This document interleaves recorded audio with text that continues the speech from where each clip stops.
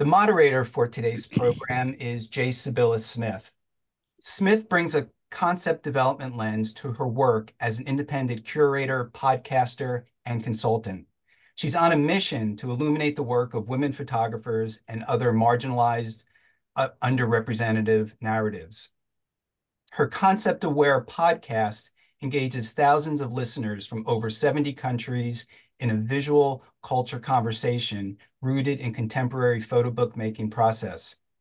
Her creative framework, Concept Aware, How You See and Why It Matters, provides specific tools to visual artists to bring their abstract ideas to fruition in image, text, exhibition, and book form.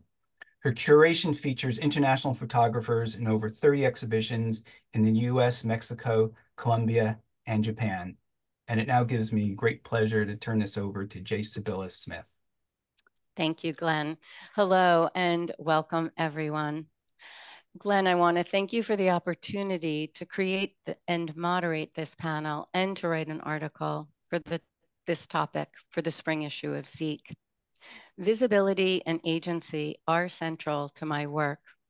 Our focusing on women identifying photographers is in response to the underrepresentation in research, exhibition, and acquisition of women in photography since its inception. Current statistics on gender parity in photography remain under 10% for all women and significantly lower for women of color, despite women constituting 80% of art school students. While continuing to amplify the significant contributions by women photographers, we honor female identifying, non-binary, transgender, and genderqueer individuals who expand the gender spectrum. A special welcome to our panelists, who I comfortably describe as visionaries. Together, they encompass photojournalism, documentary photography, fine art, deep scholarship, and advocacy. They communicate layered truths of representation and sovereignty, individually, socially, culturally, and politically. Each utilizes the photograph as a tool of transmission across specific themes and challenging subjects.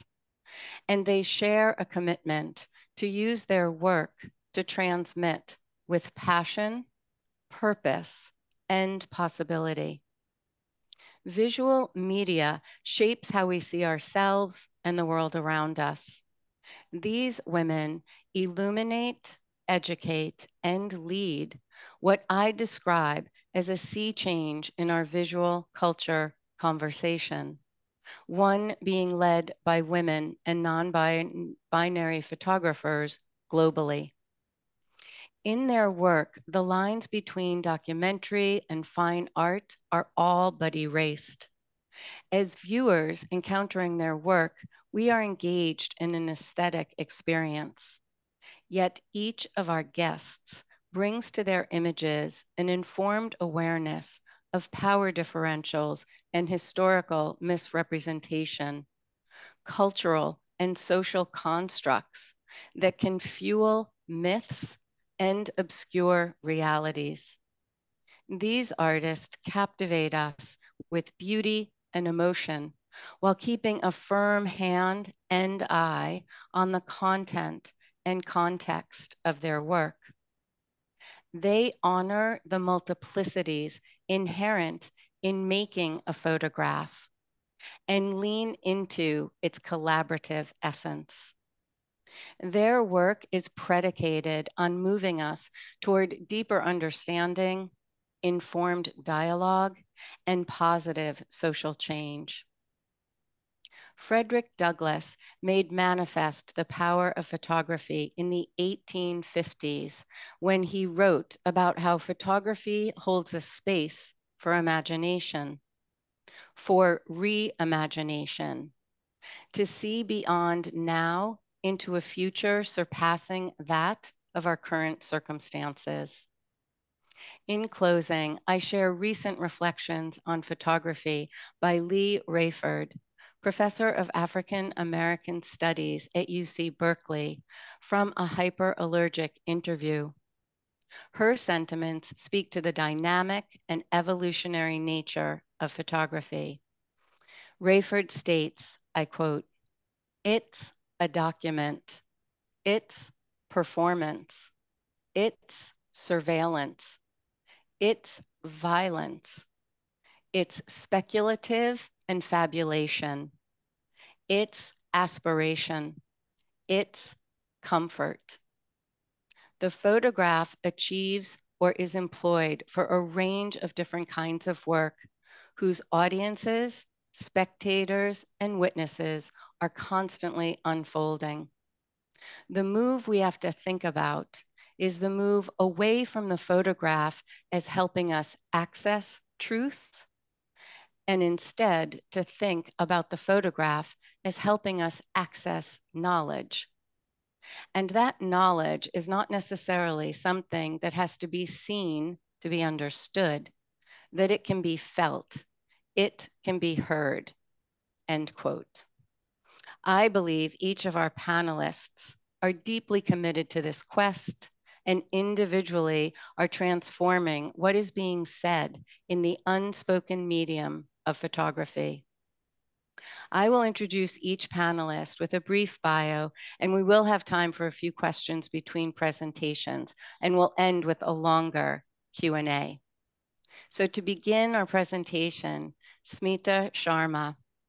Smita is a Delhi-based photojournalist who has documented social justice, sexual crimes, human trafficking, and environmental issues in the global South through long-form visual narratives. Smita is a TED Fellow and an International Women's Media Foundation's Reporting Fellow. Stolen Lives, her in-depth work documenting sex trafficking in India and Bangladesh for National Geographic magazine, was awarded the Amnesty International Media Award and the Fitasaf Journalism Award for outstanding investigative reporting. Her work has been published in National Geographic magazine, The Nature Conservancy, Wall Street Journal, Time, BBC World, Human Rights Watch, and exhibited globally, including at the UN headquarters in New York. Her book, We Cry in Silence, documenting cross-border trafficking of underage girls in South Asia, published with photo evidence, received the Award of Excellence at the Photograph of the Year International and the 2023 Lucy Photo Book Prize in the independent category. Smita is actively engaged in public speaking, victim advocacy, and international education. She will be speaking at the MIT Solve conference later this month, and I'm pleased to host a book signing on May 22nd at the Boston Leica Gallery during her visit. Welcome, Smita. Wow, that was not a short introduction. Thank you so much. Thank you, Glenn, and all the people behind the scenes for making this happen. And hello to everyone who has signed in. I see so many faces that I know. Hi, Sarah. Sarah is here. I'm particularly happy. She's the editor of my book, so I'm very thrilled that she's joined. And welcome to all of you. So I'm going to share my screen and start my presentation. Can you see my full screen? Perfect. Yeah. So the first project that I'm going to share is a project that I did around a decade ago, and this was particularly interesting because of the subject. It is on crime, but if you know about this crime, it's really weird and unique. So this is a place in Jharkhand. It's very remote, as you can see in the image. And in this particular region, it's kind of like a pocket of 3-4 villages. And there's a gang of robbers who live there. and they prepare young children for robbery. They run tutorials. So these tutorials are really like done in shed-like small rooms, and they particularly target boys from the age group of 8 to 12. And these boys have to be very lean and thin. And the reason is that what they do is that they train these boys to go through tunnels. They cannot be really, you know, heavy, and they have to be very flexible. And then they are taught how to open lockers, how to break down stuff so that they can steal. So in this image, you can see this is in one of the village that I went. And this is extremely remote, and the access to this was really difficult, but it happened because of a friend who is from that same region, and we traveled together. And his name is Sanjay. He's a writer. So we decided to work on this together. So this is the crime map, and this is the entire region. On the right-hand side is the river, and there are these small islands where people live. And this place is so backward, and the government there, the local government, they are not building any good schools or bridges so that people can travel. So there's a lot of frustration in this region, and education literacy level is very poor. There's a lot of poverty. And what's happening there is that people out of desperation have resorted to this means. So what they do is that after they train these small boys, they go to these big cities, say Delhi or Jaipur, and they target a particular bank or a jewelry store. So then they hire, a cart or something which is next to this place, and they rent a small room there. So from that room, they start building tunnels to the floor of the bank's vault. And they take a month or two to build these tunnels. So in the screen, as you can see, this is a man who was part of this gang. He was arrested, but because of lack of evidence, he was released. So this is a lawyer who was representing one of the criminals, and we went and interviewed him. And this is a girls' school. So you can see from this, that the girls were very hopeful. I'm not saying the boys are hopeful, but the thing with the boys was that they were only looking forward to stealing and going away from the place and quick money, which was very weird. And these boys were so young. And this is a coal belt. So there's a lot of coal mining that happens in this region. And people also steal coals when the freight trains carry the coal. They do a lot of stealing when the trains are stopped in the station. And this is a woman who was being carried to the hospital. There was no bridge, or there was no ambulance, so she was carried in this manner. And this is how the public transport happens, how they travel from one place to the other. It wouldn't take a lot of time or money to make the bridge, but the government doesn't want to do anything. So sometimes I feel, people want you to stay stupid and backward so that they can just get votes and so that you don't ask questions. So that was the last image. And this is a new project that I'm going to show, which you can see. This is in Kenya. And this was done on assignment for Human Rights Watch. So what we did there was we spoke to, many schools and girls who were pregnant. And what we saw there was that a lot of girls were leaving schools when they were getting pregnant or when they were, becoming mothers. So we went to investigate that. And we saw that there was a lot of stigma and shame attached to pregnancy. And many of the girls that we met, for example, the girl that you're seeing here, she got pregnant and she didn't have any idea about reproductive rights. And some of the girls that we met, they were, sexually assaulted. Sometimes it was their teacher who said that if you can't pay fees in school, you sleep with me and I will pay your school fees on your behalf.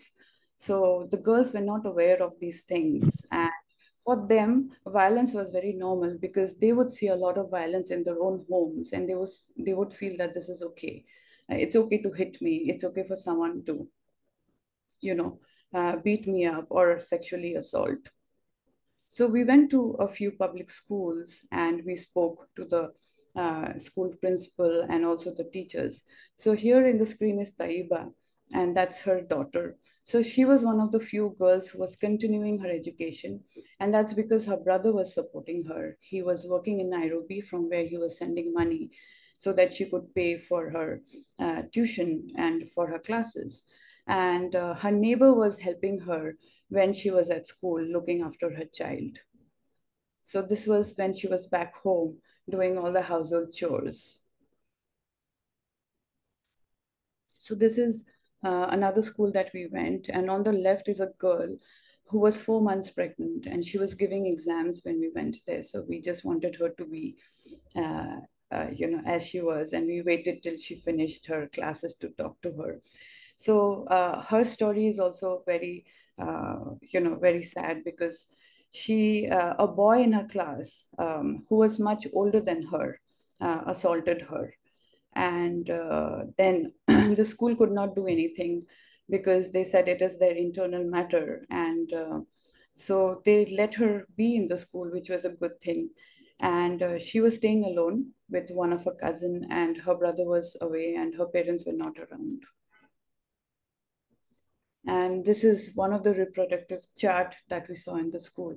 So the schools were slowly trying to get these, sex education because it's considered a taboo. So they were including that in the school so that girls at least knew about their own bodies and about how, the human life begins. And this is another girl, Dumakeline. I was very proud of her because her daughter was just 1.5 months old when we met her. And she immediately, a month after giving birth, she joined school because she didn't want to miss her classes. And every day during break, it was a half an hour break, lunchtime. She would run from the school to her home, and the distance was not little because we followed her and we were panting because she was walking so fast. And we had to cross a river, we had to climb up a small hill to reach her house. And she quickly reached there in 10 minutes so that she could breastfeed her child. And sometimes her mother said that she would not get time to eat, but she would come and meet her daughter, breastfeed her, and then go back to school to attend her classes. And then we also met girls who left education, and the reasons were mainly lack of support from the family. For example, this girl who wanted to go back to school, but her father was very violent, and he didn't want her to join back. And because she didn't have a husband, she was not married, so there was a lot of stigma and shame. And even she lost interest in her education. And this is another girl who we met, and she was staying with her brother's family. So they let her stay with them in lieu of her doing all the household chores for them. And a similar situation with her, lack of support from family, a lot of humiliation in school. Even the teachers were not supportive. So she decided just to leave her education and take care of her child. And this is another girl that I was really proud to meet her. She was a school topper, a mother. In the middle, you can see that's her son. So because of her mother, she could continue her education. Her father was not supportive of her, but her mother said that if you don't support our daughter, I will leave you. So her mother was willing to leave her husband, her father, if he was not supportive of her. And this is the last image of her with her son. And this is the last project that I'm showing. So this is on sexual violence and rape in India. So some of the stories and images can be disturbing. So I'm just giving us a slight warning. So I started this project at the end of 2014 when I just got back from New York to India. I moved my base. And this was a topic that I always wanted to work on. But perhaps it needs a lot of preparation to, dive into something like this. And there's a lot of law in this country where you cannot do a lot of things. For example, you cannot take photographs of a minor, you cannot reveal the identity, not even their dress or in any way. You can be sentenced to prison for 2 years. This is on the wall, you can see the nail paint and the lipstick marks. And this is of Priya. That's not her real name. So Priya was engaged to someone, and she was about to get married. And when she was returning home from her office, she was gang raped by two men from her own community who lived nearby. They were her neighbors, and they left her body at a site which was under construction. And her family filed a report, and she was missing.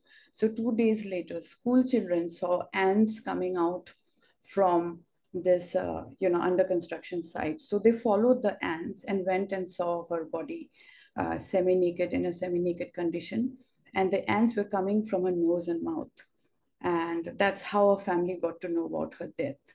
And I mean, to be very honest, the boys, they were traced, and there was a huge protest. When the police came, there was a candlelight vigil, and the two boys, because one was 24 and one was underage, he was just 16 years, they were in the protest, they burnt a candle for her.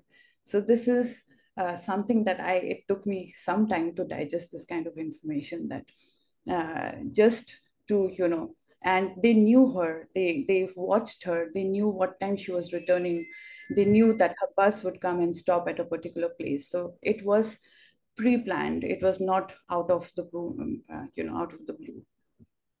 So this is another girl. She was a minor when this incident happened, and she was raped by her next door neighbor. This man was 35-year-old man, married with two children. And he went to a school and told her that there's a family emergency and that she needed to come with him. And instead of taking her home, he took her to a, empty field, and that's where he raped her. And she was so ashamed and so shocked, because it was her neighbor and she used to call him uncle. So she did not tell anyone about the rape, and unfortunately she got pregnant from that. So she was 7.5 months pregnant when I took this image. And this is a portrait of a mother of a murdered victim, again a gang rape victim. And I'm really like, this diary, I have a personal connection, because the lady who wrote it, she was my friend. She was a journalist. At some point she worked with me. So marital violence is not recognized in India, and she was a victim of marital violence. So she got a divorce, and she got into depression. And I think her father was not well, her mother was not well, they had some financial problems, so she went into severe depression. So this is her diary that you can see. And when I was in New York, living in New York, I got the news that she had died from suicide. She hung herself from the ceiling. And this is another girl. She was 24 when I took this image, and she was a nurse. She used to work at a cancer hospital. And again, which I mentioned about marital divorce, she was a victim, marital rape. She was a victim of that. And she wanted a divorce from her husband. She was staying separately with her son. And one day her husband called her and said that, I want to meet you and we want to discuss about our child's future. So he came home, and her son was away with her at her mother's place.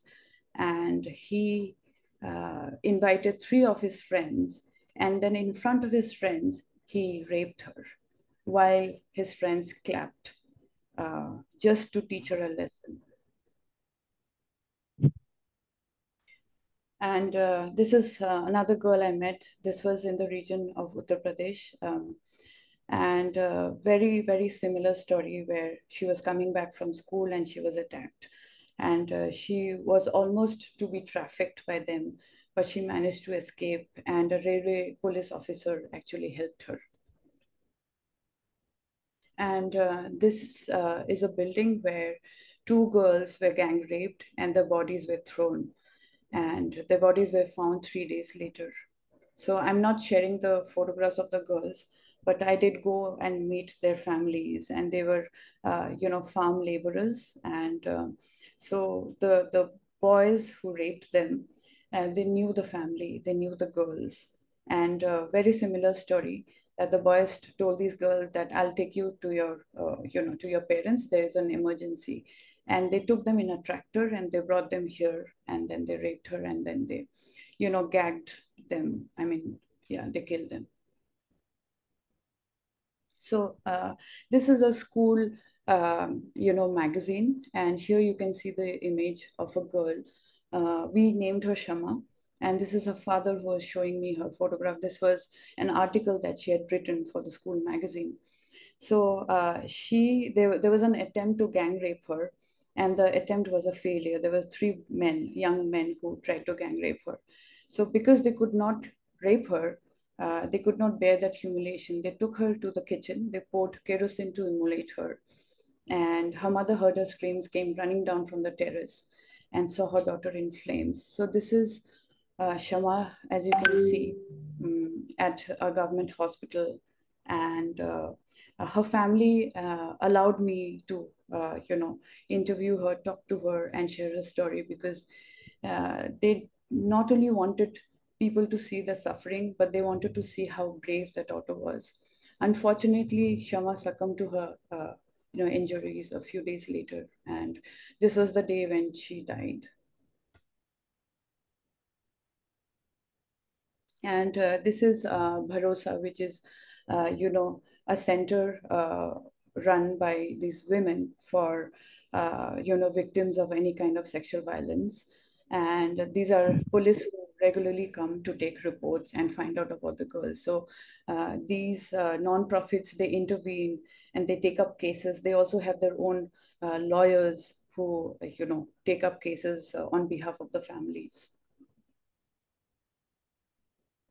And this is outside, uh, you know, um, the doctor's clinic at a government hospital. So this is a gynecologist. So according to the government mandate, any rape survivor has to be brought to the government hospital for checkup. So imagine a girl who's 10 years old who's been raped, and she being brought into a hospital like this.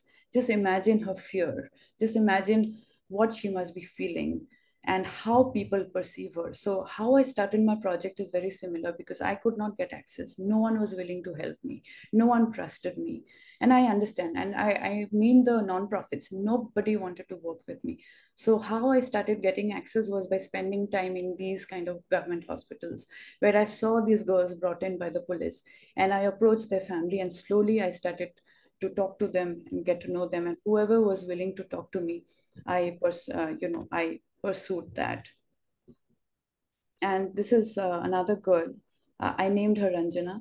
So this girl was again gang raped by a neighbor, and she was left to die. Luckily, her mother found her. But ever since that incident, she stopped talking. She just doesn't talk. She was in so much trauma when we met her.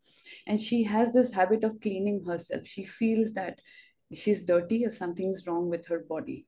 So when we met her, every time that we saw her, she was constantly rubbing her body, trying to get off the dirt. And remember the girl's photograph that I saw who was pregnant, that story that I shared. So this is the mother of the man who raped her. This is the perpetrator's mother. And he was in prison when I went to meet her. So she completely supported her son. And she said that this girl actually trapped her son. Her son is a good man. He's a married man with kids, and that he's innocent. So even women sometimes perpetuate these kind of behaviors. And this is another girl. I named her Beena, and she was raped by a relative. She was going with him to attend a wedding when she was kidnapped, taken to another place, kept there for a few days, and raped every day by that man. And this is another girl that I met in West Bengal. She was raped by someone that she was working with. She used to work as a tailor There was a, small kind of workshop where they used to make these small garments for children. And he was a co-worker who raped her. And that's her mother. And that's her son who was born out of rape. And this is a girl that was murdered. She was 6 years old. And on the right-hand side, you can see that photograph is of her body. So it was the festival of Holi. She was out playing with the colors. And these 6 men, there were 2 minors in that gang. So they, gave her a chocolate, took her to an isolated paddy field, and then they raped her there. And because they didn't want to leave any evidence, they chopped her body into 3 parts. And the upper part of the body you can see in this image, the middle part, which had her genitals and all the evidence of rape, nobody till date could find that. It was never discovered. And her limbs, the legs, were found in another part, of the village. So they threw her body into different places. And that's her mother that I went to meet. And this is this is from the police file, and this is her father who was showing me. So this is a handwritten, map of the place where her bodies were found. As you can see, the circles, those were the 2 places where her portion of the bodies were found. And this is the exact spot where one of her body was found, the upper part was found. So I went to this place to see. And honestly, some of these places, they look so ordinary, but the stories behind them are very, very stark. And that's, these are parents of another gang rape survivor. She was 5 years old. And this is the last image. This girl was raped by her tutor. He was 65 years old. And, she has a little slow brain. She's not able to frame sentences fully. So she used to go to take private tuitions from this man, and she was gang raped by him. And his wife saw her in that condition, and she gave her water and gave her clothes to wear. And then she told her that don't go and tell anyone about this incident. So sometimes, as I said, there are women too who are supportive of these because they think about family honor, they think about other things. So that's the end of my presentation. Wow. Thank you so much for that. And I hope at some point you can look into the chat because people were responding to that. And we can take a question or two. Yeah, why don't I just pull up one question that's been repeatedly asked from the chat, although the last person to ask it is Matt. I'll just read his question. I'd be so interested in how you manage to continue your projects in the face of such overwhelming tragedy. Smita, if you'd like to address that. So honestly, I don't think I'm still done with this project. I sometimes, even now, I work on it. It took me 5 years, 6 years actually to, first publish this, and then I continued this. I don't know. I don't know if I have the perfect answer, but I was born in this country, and I consider myself to be from the privileged background because most of the women that I saw, that I met, they're either financially not doing well, or either they are from the villages, they are not well read, they don't know the legal rights, they don't even know how to file a police complaint. So sometimes I feel, it's a kind of my responsibility to show their stories because they are the overseen people, they are the overlooked people, nobody cares about them. And the stories that you hear are mostly of the powerful and the rich, or maybe one of the Delhi bus rape incident that got a lot of coverage and attention, and rightly so, because it was very heinous. But there are thousands and thousands of girls who are being violated every day. And even as we talk today, there's someone who's getting violated, there's someone who's being attacked. So I think I feel a certain sense of responsibility, and that keeps me going. Yeah. All right, thank you for that. I see there's a lot of other questions, and we'll just hold out till the very end of the program for a larger Q&A. Great. Okay, next I'm going to introduce Leah DeVun. Leah DeVun is a Brooklyn-based artist and scholar who focuses on LGBTQIA+ lives and histories. DeVun's work has appeared in Art Forum, Huffington Post, People, Hyperallergic, Out, Art Papers, Feature Shoot, Slate, LA Weekly, BuzzFeed, Refinery 29, and in recent books like the iMama Project, Queer Art from Canvas to Club, and Making Home, the Smithsonian Triennial. Venues presenting DeVun's artwork include Blanton Museum of Art, Colorado Photographic Arts Center, Houston Center for Photography, Leslie Lohman Museum, Royal Photographic Society, Stonewall National Museums and Archives, Tang Teaching Museum, and festivals such as Spring Break, Photo Vogue Festival, and Image Nation in Milan and Paris.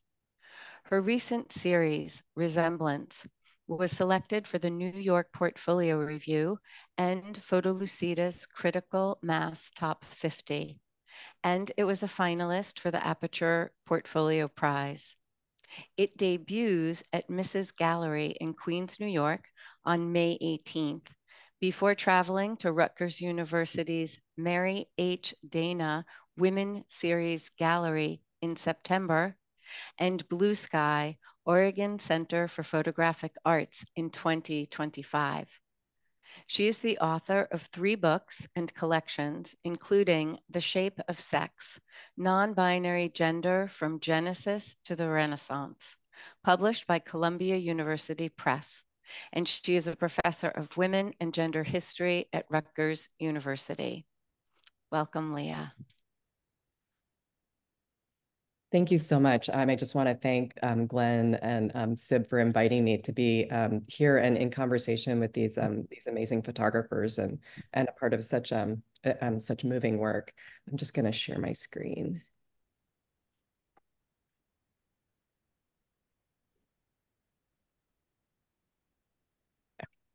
Is that visible for everybody? Yeah. Great. As Sib said, I am a photographer and also a professor. And so in my capacity as a writer, I make a lot of scholarly work, and I just threw some of my books up there that are on queer and trans history and art history. So when I'm writing scholarship, I'm often dealing with images that are of queer and trans folks and communities that are created by outsiders that really are a kind of a projection or including stereotypes about those groups. So I feel like with my artwork, it's part of it is to provide kind of a counterweight to that, to make photographs together in collaboration with members of my community, to represent ourselves and to picture our own existence and what's important to us and try to kind of make our own images and history. So I'm just going to talk about one project along those lines. It's my newest project called Resemblance. And what this project does is along those lines, it's a collaboration with my family, and it documents our own queer and trans family. And it especially focuses on my partner, who is a transgender father raising a son. And there are some photos of queer families with children out there, but honestly, pictures of transgender parents with kids are just very rare and really underrepresented in photography. And I think it's all the more urgent to have those photographs be out there in the world because of the current assault on LGBTQ rights that's happening in the United States right now. Some of you may be familiar with new legislation that restricts medical access for transgender youth and now transgender adults in a number of states. There's been quite a bit of legislation that has been focused on limiting the ability to even talk about queer and trans experience through the Don't Say Gay bills. There have been other laws that have limited drag performances. And in all of this kind of like hostile climate towards queer and trans life, I think one of the things that's most chilling to me has been the way that over and over again, there's been a kind of invocation of like the groomer stereotype. This is the idea that queer and trans adults can't be trusted around children. So I think it's all of this sort of political climate that that prompted me to turn my camera on my own family and to try to make visible what our experiences experiencing these politics, and just try to put a human face on the real people who are affected by what's happening in our community.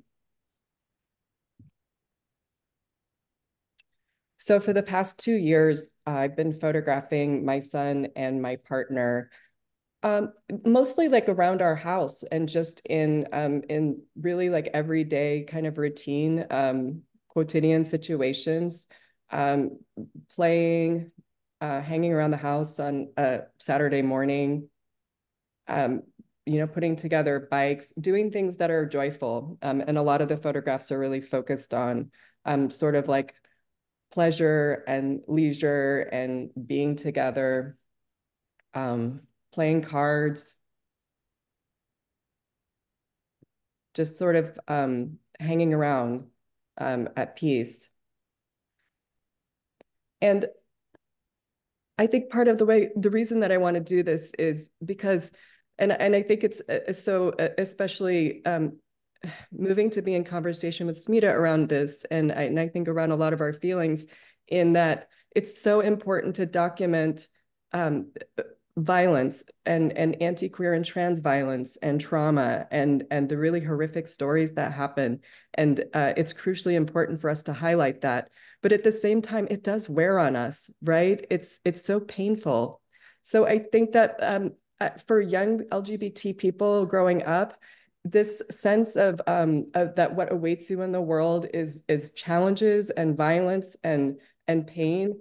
It can be overwhelming. And so part of what I wanted to do was to provide images that say trans life can also be full of care. It can be full of safety. It can be, you can survive. You can grow up. You can see a picture of a trans adult who has survived beyond, and you can grow up too. And in that, there can, sorry, inevitable Zoom cat. And in that survival, what awaits you might be a home full of love and care, and people who are going to provide a sense of warmth around you. So that's part of what I wanted to try to create in bringing those photographs together. But I also didn't want to present an overly sentimentalized kind of like smiling face trans family. I wanted to be sure to show us not just in our play and our joy, but also in our pain and in our tears and in our frustrations and arguments, because I want to present us across the spectrum of all the feelings and experiences that we have as a family, which is also a part of what makes us human and full people, and I think that's part of what needs to be represented when we think about the visibility of families. I think another important dimension of the work that I wanted to bring into the conversation, which is not just with respect to queer and trans families and people, but also with respect to being a man in general, being a father. Because when I was looking for images of fathers and their sons in photography, so I wanted to have kind of a sense of like what images have been made and what kind of models were out there as we thought together of the photographs that we wanted to make. And honestly, I found so few photographs of men being physically up close and affectionate with their sons. And I thought that it's a bigger conversation that we need to have, that's not just about masculinity in terms of transness and what it means to be a man and what it means to be a father, but what do we expect and what do we limit for all men, with respect to their ability to be intimate, to be close to other people, to be close to their children, and to have like physical touch and affectionate love in that sort of way. So I want these to be images for the queer and trans community, for queer and trans young people, but also images that I hope can help us think about masculinity in general and intimacy and how we are together as families and people.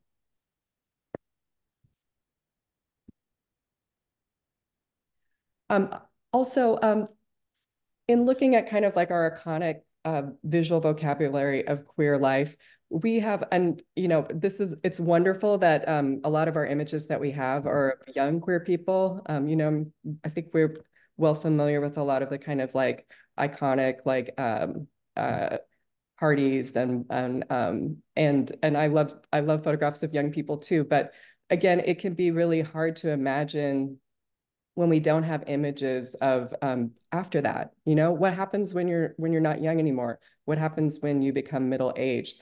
I think that we lack images that guide us in queer and trans aging and that help us to imagine what it might be like to mature, what it might be like to survive on in the future, what it might be like to just be like sitting on the couch as a middle-aged person with your kid. So, I mean, I think having those kinds of images allows us to imagine ourselves growing and finding ourselves in these relationships and being able to project ourselves into the future.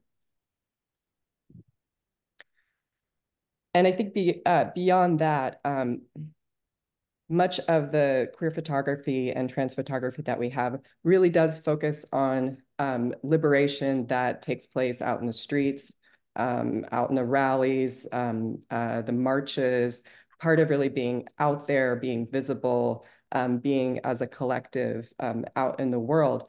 But I really wanted to think about what kind of politics and visibility might take place, not just at these big events, not just at like the pride parades, not just at the marches and the protests, but also what kind of politics takes place in the home, at home. Because I think making a home is a political act. And I think so often queer and trans people have not been associated with home life, normal life, domesticity. And our politics, I think, are important, not just in what does happen at those marches and protests, but I think that politics happen in our daily lives too, and what might seem ordinary, what might seem boring, what might seem just what happens in the interior. But I think that what happens at home, what happens in the family, what happens in those moments, that's liberatory too. And it's a part of liberatory politics for queer and trans people. So I just want to end by coming back to these questions. I think that animated the panel that Sib put together in the Zeke article, which is just thinking about women in documentary photography. And I think that what I find inspiring so much right now is the way that women documentarians have been really bringing to the forefront the idea of collaboration and the idea of not taking a picture, but making pictures and making them together with people and making them from within our communities and not as voyeuristic or extractive work, but work that's about making bonds, being in community with people, thinking about who we're in lineage with, who we want to organize with, who we want to work with. And by creating those bonds and thinking about how we collaborate together, both in the images we make and in the social movements that we put together, that hopefully that can take us forward in trying to change some of the things in the world we would like to see change. So I'll leave it there for now. Wow, thank you. I always have to think with an implement, and I'm taking notes. I really appreciate some of the framing that you've been able to do here. Can we take a question or two? Yeah, absolutely. Please. Actually, I'm not seeing any specific questions, but just a lot of comments about how beautiful and sensitive the images are and how much people really appreciate these images. So in the interest of time, why don't we just move on? And if people have questions, we could pick them up at the very end of the program. Thanks so much. Okay, perfect. And now it's my pleasure to introduce Aida Muluneh. Aida was born in Addis Ababa in 19, whoops, sorry, something went on my screen. In 1974, she graduated from Howard University. Leah, can you hear me? Yeah? Okay, I just lost my visual. I'll find it after I introduce you. Sorry about that, Aida.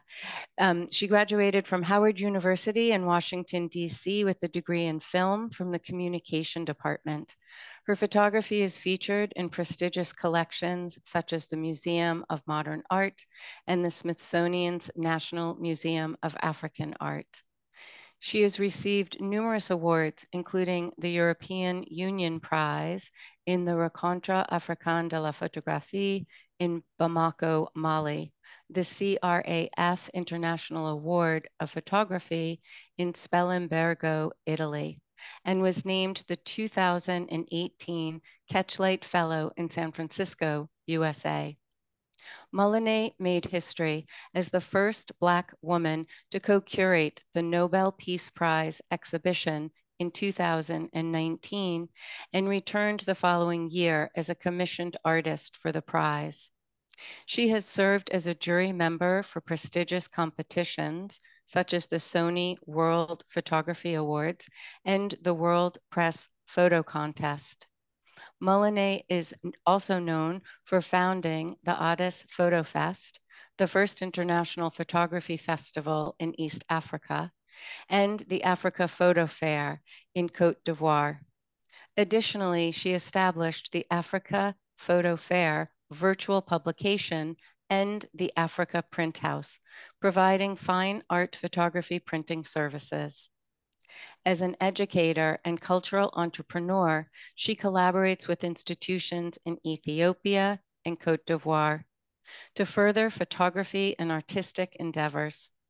I had the pleasure of encountering her public art project last year on the bus station shelters in New York City and Boston. And most recently, Aida is exhibited in the traveling exhibition Ethiopia at the Crossroads, currently at the Peabody Essex Museum in Salem, Massachusetts.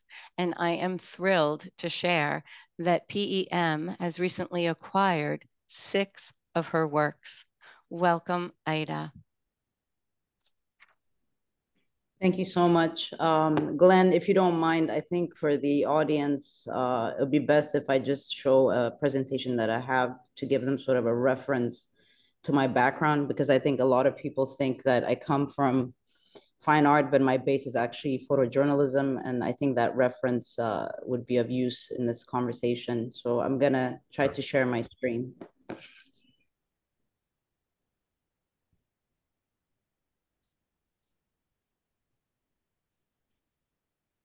Okay, can everybody see that? Yeah. Yeah. Okay. Oh my God, I'm so sorry. How do I? Okay. So my name is Aida Muluneh. I am a photographer that's currently based out of Côte d'Ivoire, Abidjan. A lot of the times, you know, the one thing that I've realized is when we talk about visual communication, especially in the context of Africa, and I'm pretty sure that for Smita, she can also relate to this, is that often, you know, we are trying to represent our countries, our culture, our history, but also at the same time driving certain social advocacy that we have to sort of push forward. From my end, you know, I was educated in cinema, but my mentors were African-American photographers who sort of pushed me into understanding what the visual narrative is. So my upbringing was really through Chester Higgins, Dudley Brooks, and also the late Stanley Green, who has made an immense contribution to my work. And I started out actually as a black and white photographer because I've always said that I'm not able to see color, you know, my work, even though there's a lot of color in it currently, but my preference is black and white. And so a lot of people ask me, you know, why these bold, intense colors is because I can only process primary colors at this stage in my career. But when I started in photography, my main thing was to represent my nation, my people, through a lens that was void of the cliches that we always see when we speak about Ethiopia. We've been often at the mercy of foreign photographers as it relates to the representation of our people. And this is also a major issue across Africa. So for me, it was quite important that when I moved back to Ethiopia, the key focus for me was basically to reimagine a nation, through my view, but also at the same time learning through the process and to have a better understanding of the different stories that exist within the country. And through that journey, I came to the understanding that I was only planning on being in Ethiopia for 3 months, but I understood that there was an urgency that I needed to be there much longer and really invest my time and energy, because if we are to change the image of Africa, we have to actually do the difficult lifting, which is getting into education. And when I first arrived in Ethiopia in late 2007, I knew that my life's work would really stem from not only existing as a photographer, but also as an educator, and really to try to move sort of these different agendas as it relates to how do we use visual communication for change, and how do we impact not only how the world sees us, but also how we see ourselves. And as someone who has advocated everything from policy changes, really looking at how do we use communication tools to advocate specific things. I've done a lot of projects for the UN and different institutions. And also having worked at the Washington Post, I understood that media and communication is quite important, especially when we're talking about developing nations. So back in 2014, I believe, I had an opportunity. There's a curator by the name of Simon Jami, who was the curator for the Bamako Biennale. And he had a project looking at the divine comedies, through the African lens or the African perspective. And that really became sort of the beginning of my visual languaging. And at that time, for me, all the things that I learned in photojournalism, all the struggles, all these different components, I knew that I was ready to have a different languaging, that I was ready to find sort of a path towards telling the same story that I was saying in photojournalism, but to bring it into a different form by, in a sense, creating my own universe. And through that, that basically became the beginning of my work, and also became the beginning of really finding sort of the visual language that I wanted to use in order to say what I wanted to say. And through it, it was also an opportunity for me to bring in a lot of the, sometimes when we look at photojournalism in Africa, we don't really have the same, sense of freedom to document what we want to document. So we have to find other ways of sort of, taking images. And this is why when you look at the photography market, the international market, there's a lot of fine art photography coming out of Africa, because we know that we have to find another way to express the same sentiments and the same feelings, which does not give us sort of the freedom to do it directly through the representation of reality. And so through this sort of approach, my main thing was that, how do I use that creativity in order to advocate for something very specific? And this is what led to, this was basically my first commission with the Water Aid organization. And when I first had the meeting with them, I told them, I'm not really interested in the typical NGO images of the little kid at the water with the pail. I said to them, like, we've seen this so many times. And I asked them, do I have sort of liberty to express it in how I feel, of what I see in the day-to-day. And often across Africa, I travel a lot by car. I've traveled all over my country, seen the different issues and so forth. But it was just like, how do I express it? Because right now where we are, we're in a world where everything is very visual. But unfortunately, I find that the international community is being bombarded by the same images as it relates to the problems of Africa. But at the same time, it's like, there are different ways that we can express this, because I find that the international community is sort of numb to these images because they've seen it repetitively. So in order to advocate, my goal was, how do I use my aesthetics in order to speak about the same issues, but just to bring people into the issue and for them to understand that when we speak about, visual representation, there's different forms and different ways that we can share the same story. So the Water Aid project, it's something that I did a while ago, and it's been one of those collections that has had a life of its own of just continuing to exhibit it. And it's a way also to bring in people that are not really familiar with not only photography coming out of the continent, but also these storylines that we're able to express in a different format and in a different form. And then the next commission that I had was, again, looking at, that year, 2020 was the year that World Food Program received the Nobel Peace Prize. And the Nobel Peace Center came to me and asked me, what my thoughts were as it relates to, creating a body of work. And, one thing that I try to teach to all photographers is that you need to have authenticity in your work, meaning that the truth of yourself needs to be presented in that visual, whether you're doing photojournalism or you're doing fine art. And that authenticity is also what people can read into. So every image that I have created, it's a storyline relating to my background. I've spent most of my childhood traveling a lot, just as refugees. And through that, sort of, it has formed also my understanding of, global economics and understanding about different cultures. And so in this Nobel Peace Collection, my main goal was to select 10 countries in which I had specific connections with, and things that I felt sort of that I wanted to explore further.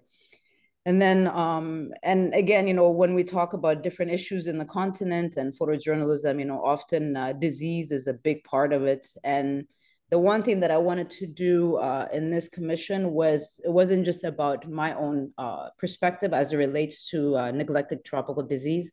This was commissioned by the End Fund. What I really wanted to look at is, as Africans, how do we process these topics? And how can I build a collection of commissioning different photographers in a way that we have not only my work, but also the representation of different styles of photography, looking at photographers in different parts of the continent. So I commissioned photographers from, east, north, south, west, and so forth. And I found it very fascinating, just the approaches of everyone, has had. And to me, this became a package that shows what does disease look like in Africa, and to humanize it as well, because often it's almost like, we're just a number, or, there's something sort of very distant as it relates to how we're interpreting it. So in this body of work and, what the photographers had produced was a way for us to showcase that, as Africans, this is who we are, and these are the challenges that we face. But then within these challenges as well, we're trying to put some sort of humanity and dignity in how we represent our own people in moments of challenges. And through that approach, it's also to try to encourage photographers to engage in advocacy work, that it's not just about, I've said this many times, the easiest thing for me is to hang, my work on white walls. The most difficult is to have an impact on the market and to really educate the new generation of visual storytellers, and then to actually provide them with opportunities that really goes beyond just our continent. So through that project, it was a very fascinating experience for me, because every project that I do, I actually learn. And the key thing to me that has always been closely tied with my work has been really education, because, I come from a culture where they say, your legacy is not about how much money you have in your bank account when you die. It's, who have you passed on your knowledge base to, to the next generation. So, I formed the Addis Photo Fest, and then in West Africa, I started the Africa Photo Fair. And again, I'm always scouting for talent. I'm always looking at works globally. The festivals that I run are international festivals, because I believe that we need to create links globally, and it's not just sitting in our bubble within our countries or our continent. We need to have more interaction in that way. And the interesting thing is, because I've been part of different art fairs and festivals, is that for those of us in Africa, we're bringing the world to us, and really trying to create that community. Because when we look at the challenges of photography, regardless of what part of the world that you're in, our challenges are kind of similar, but, with different contexts and so forth.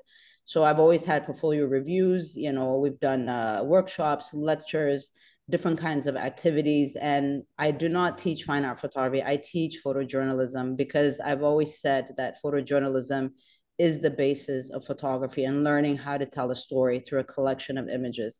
And through that, it's been very important for me, to really support the emerging talents. And, it's not every day, for example, a photographer from Uruguay meets a photographer from Nigeria, and that's one thing that I find with the international festivals, is that there isn't enough of a global representation. There isn't enough of a global reach to actually bring everyone together. And even at this stage of where we are as it relates to photojournalism, photojournalism is at a specific danger because, as we all know, all the work is being eliminated. I mean, there's a lot of issues coming up, and there needs to be new conversation as it relates to the trajectory of photography. And as a person who sits between photojournalism and fine art photography, one of the comical things for me is that, photojournalists say that fine art photography is not real photography. And fine art photographers always say that photojournalism is not art, but even though we're using the same tools at the end of the day. So I am that disruptor in that conversation. And I've always believed that, the act of creation, the act of creating that image, when we are presenting it, it is not about presenting it to the privileged and to the elite. As artists, our definitive role is really to educate people that are not really, in that sort of mix, to educate the general public on what visual communication is and what is creativity at the same time. But through that, it's also, teaching new photographers on what visual narrative means. And to me, the most exciting thing, and I'm sorry, I'm going to run through my students' works just to give you a sense, but it's really to show, that when we look at the global South, there are so many stories coming out of there, but they just don't have the international reach. And this is what I'm trying to do. But most importantly, for example, this body of work was made by students, my high school students here in Cote d'Ivoire. And since I don't have a budget for a camera, we did all of this with a phone. So to me, wherever anybody is, what I tell them is that the equipment is not the challenge. We live in a world where these smartphones or iPhones are everywhere. So what we need to see is, what do we look like and how do we sort of teach the new generation of how they see themselves. And this is such an important component. So for the Africa Photo Fair, what's been very interesting for me here in Cote d'Ivoire is that, the interaction of the youth and what they're really looking for is that they want to have sort of their stories told. So to me, for example, I can go into these neighborhoods and document it myself, but that's less interesting for me. What's more interesting is to develop the talent base and really get the authentic stories from them, because the layers that are in these communities, it's not layers that I would fully understand.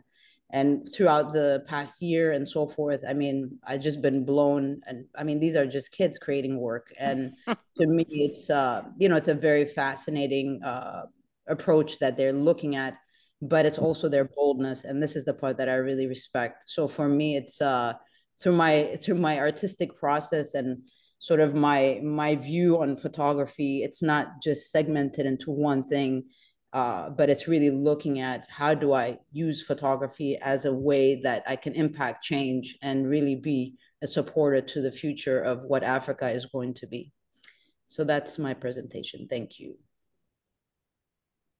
Wow, thank you so much.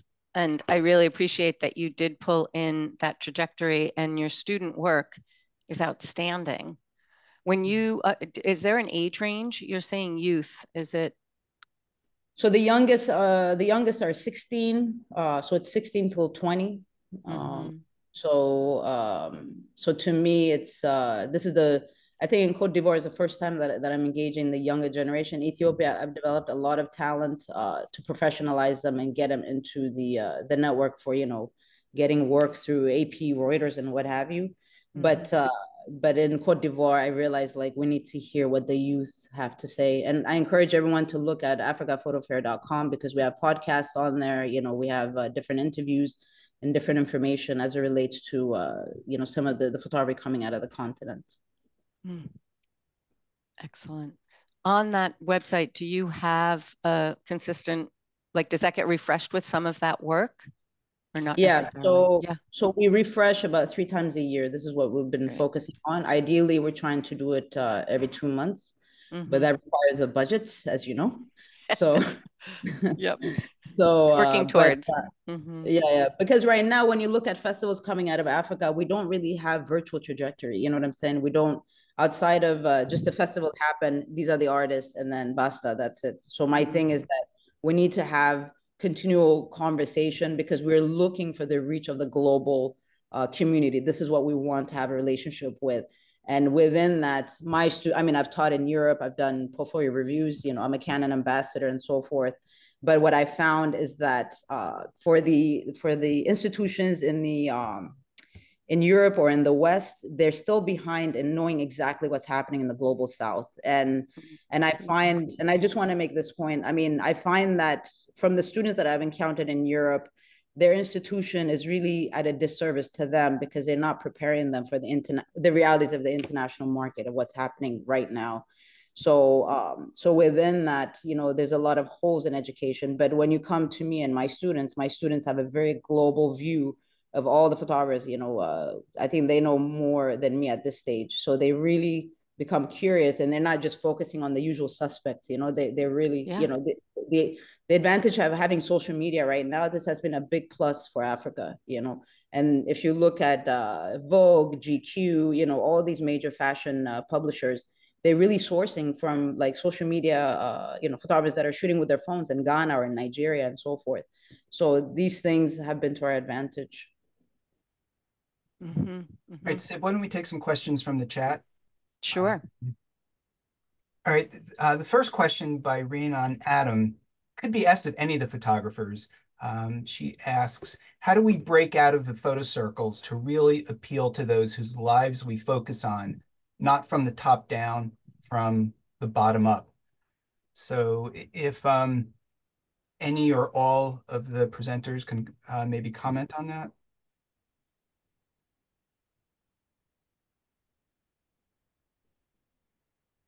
Should I go? Crack at it? I mean, the thing is that no one should be creating work for anybody else. The first thing is to create work for yourself, you know. That's the first priority for me. Photography is not a romantic field. If you're trying to get rich and, you know, be famous, this is not the field to get in, you know. It requires dedication, passion, persistence, you know.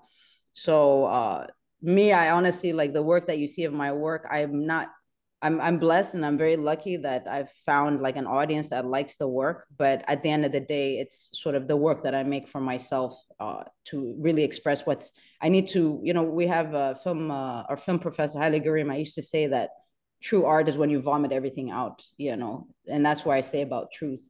So for me, it's so important to be authentic in what you want to do and not to worry so much about the top. You know, if you're doing work really to address those that are not represented, then that has to be the main focus, but authentically you, and not trying to please anybody else or, you know, to save people, but really this is something that you feel passionate about.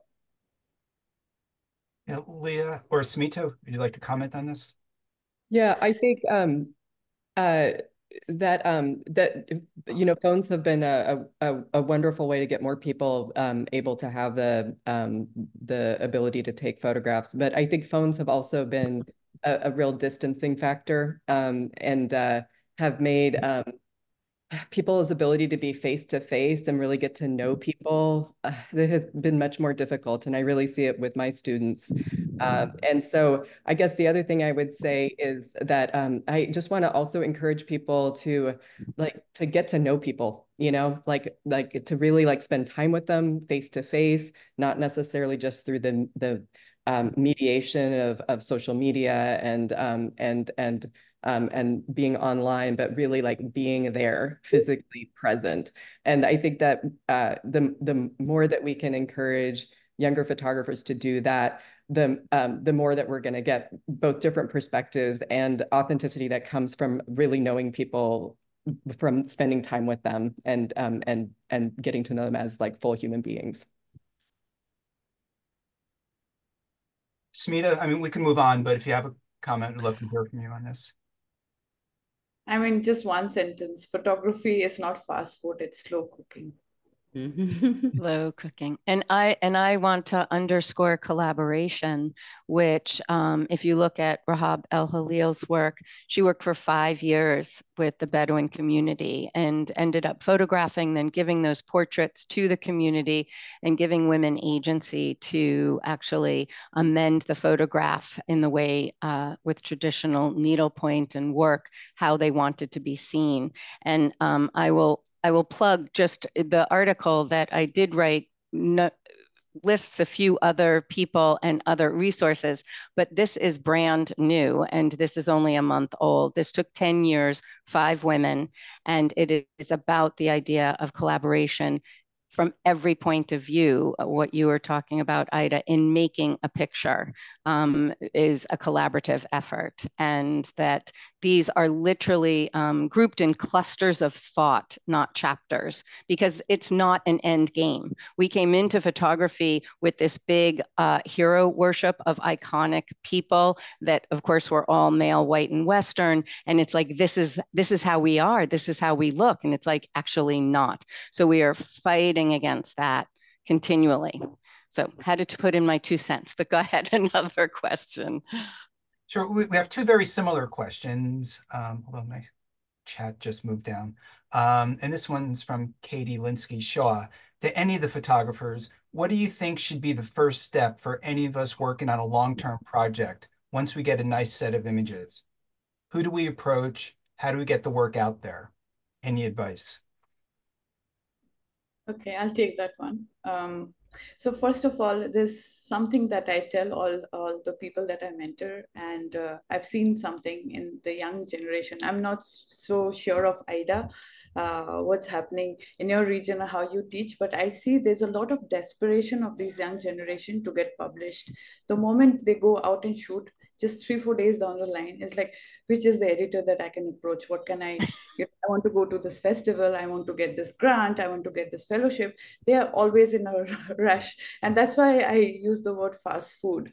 So I think if you're working in a long-term project, first of all, you need to be dedicated to that topic or subject, whether it is, water crisis, or whether it is just documenting your mother who, it doesn't matter, but you need to be really dedicated to what you're doing, and you need to believe in that. And once you think that there is something which is which you're confident of, you can always apply for portfolio reviews. Many of them are free now because it's online. You can show editors, you can go to photo festivals, and you can meet people, you can carry your portfolio, get their feedback. Feedback is important. No one is there to criticize you because they get a kick out of it. You should know how to take criticism and feedback positive way. You don't become a photographer in one day, so it's a process. I still feel I'm still learning so much. So yeah, so and then when you feel that okay is something, as you said, networking is important, so you can approach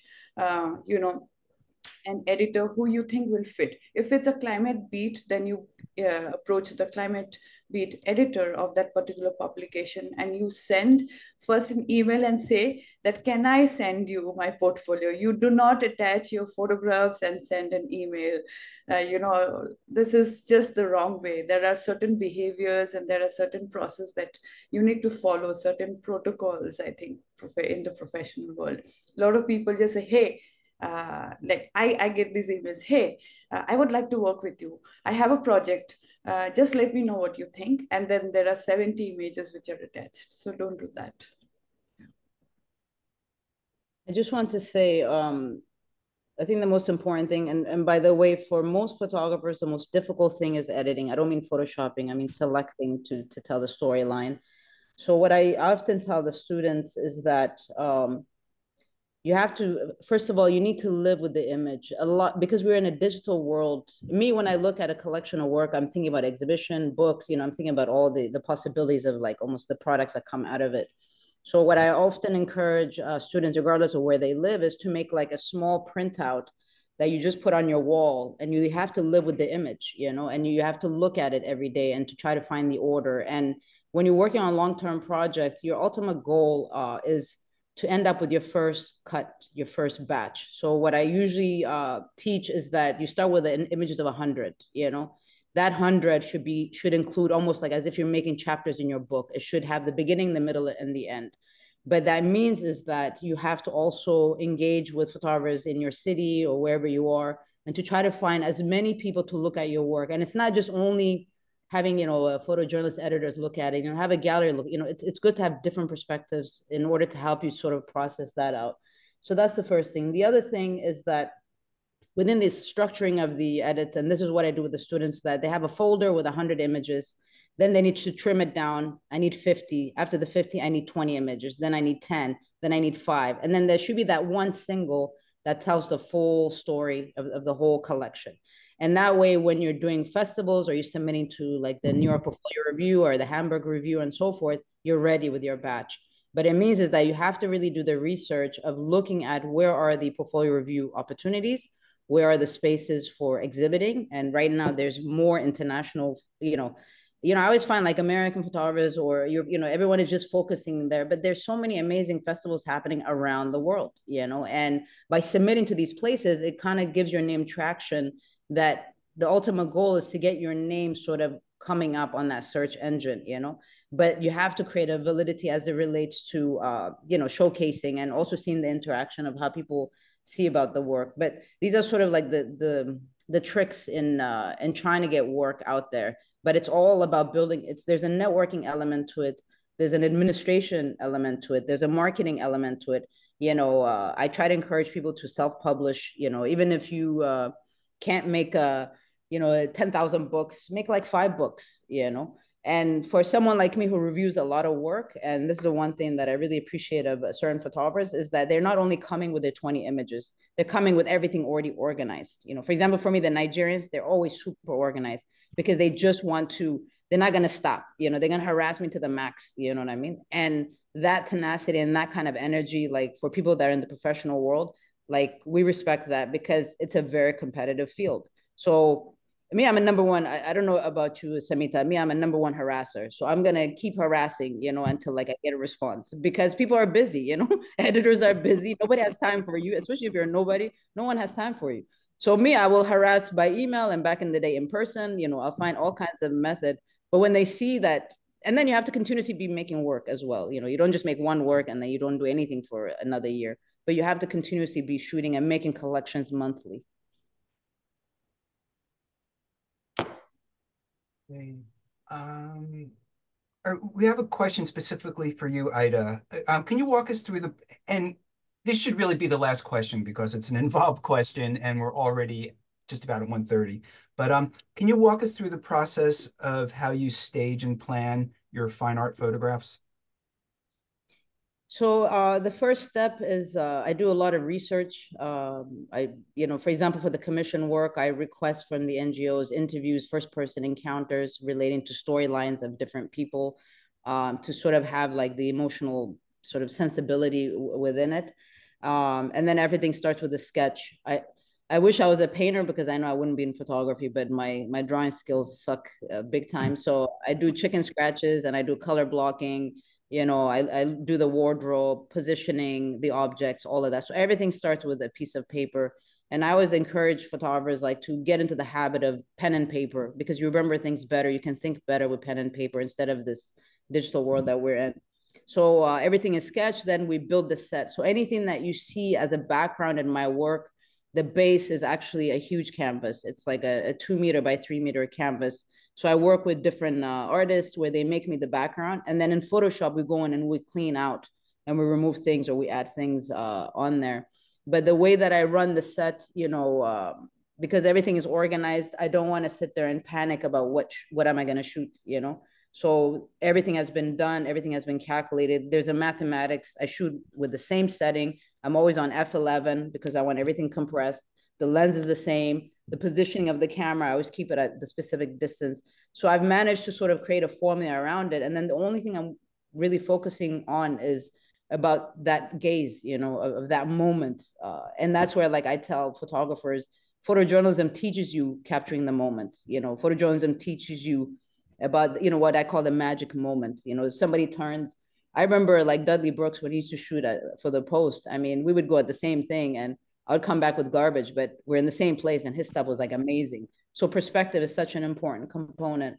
But all the things that I do, the final output is basically the Photoshop editing. And the way that I do Photoshopping even, I have a graphic designer, we sit together. It's almost like a film production, but what I look at is, how to sort of to get to a final decision. Okay, this is what I had wanted. There are times that it's not what I want, but often it's exactly, everything has been calculated. So I'm quite happy with that process. But right now with the team and everybody else, but you know, because we have a large team in making the work, it's been systemized, and this is sort of the path that I have found, and that's always the most difficult, is how do you come up with a, you know, a rhythm to creating work. But now it's like I'm a factory. The only thing I don't have is time to create more work, but everything has been organized in a way. All right. Well, thank you for that. We don't have time for more questions, but I will be distributing the chat when I send out an email with the link to the video. So everybody will get the chat. There's some great comments and great questions there. So let me turn this back over to you, Sib, to close us out.